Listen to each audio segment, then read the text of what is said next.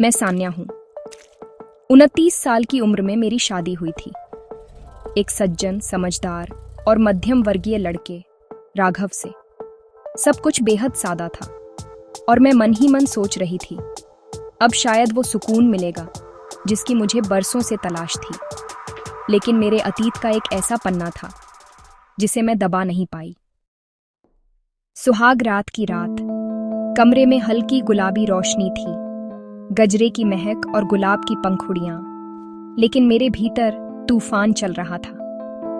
राघव ने जब धीरे से मेरा हाथ थामा तो मैंने उसके हाथ को थामकर कहा, राघव, एक बात कहनी है। अगर आज नहीं कही तो शायद जिंदगी भर पछताऊंगी। वो मुस्कुराया। क्या?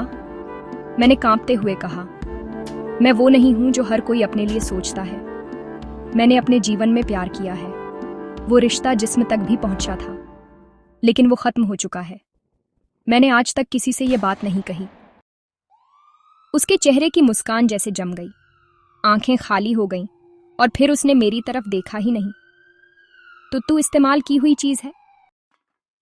ये शब्द थे जो उसने गुस्से में कहे, और उसी वक्त उसने कमरे का दरवाजा खोला और बाहर चला गया। मैं सन्न थी, आंखों से आंसू बह रहे थे, लेकिन आवाज नहीं निकली। कुछ मिनट बाद उसकी माँ आई और बिना कुछ पूछे बोली, तू जैसी लड़कियों की जगह इस घर में नहीं है।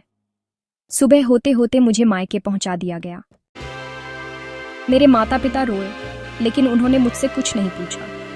कुछ दिन तो मैं बस पड़ी रही, बिना कुछ बोले, बिना कुछ खाए। पर फिर मुझे याद आया, मेरा कोई कसूर नहीं था। मैंने राघव से झूठ नहीं बोला। मैंने अपने अतीत को अपनी शादी से पहले साफ कर दिया था। गलती किसकी थी, मेरी ईमानदारी की या उसके झूठे आदर्शों की?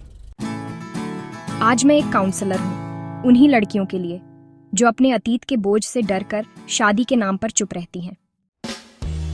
मैं कहती हूँ, शरीर से ज्यादा आत्मा की सच्चाई मायने रखती है।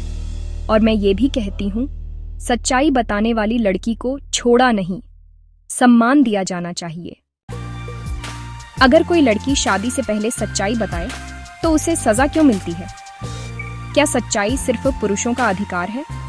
हम कब सीखेंगे कि एक इंसान का अतीत उसकी इंसानियत से बड़ा नहीं होता? सच की सजा। सुहाग रात की वो रात जब मैंने खुद को खो दिया। यह शीर्षक कहानी की भावनात्मक गहराई, सामाजिक द्वंद्व और स्त्री की सच्चाई को बहुत मार्मिक रूप में दर्शाता है।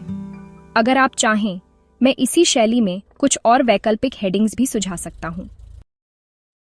अगर सान्या की कहानी ने आपके दिल को छुआ हो, अगर आपको हमारा पोस्ट अच्छा लगा तो प्लीज लाइक, शेयर, कमेंट में अपने विचार अवश्य व्यक्त करें और फॉलो करके हमें सपोर्ट करें। कहानी अच्छी लगी हो तो स्टार देकर आप हमें प्रेरित कर सकते हैं, जिससे हम आपके लिए अच्छी से अच्छी कहानी डाल सकें। धन्यवाद। सूरज गॉड।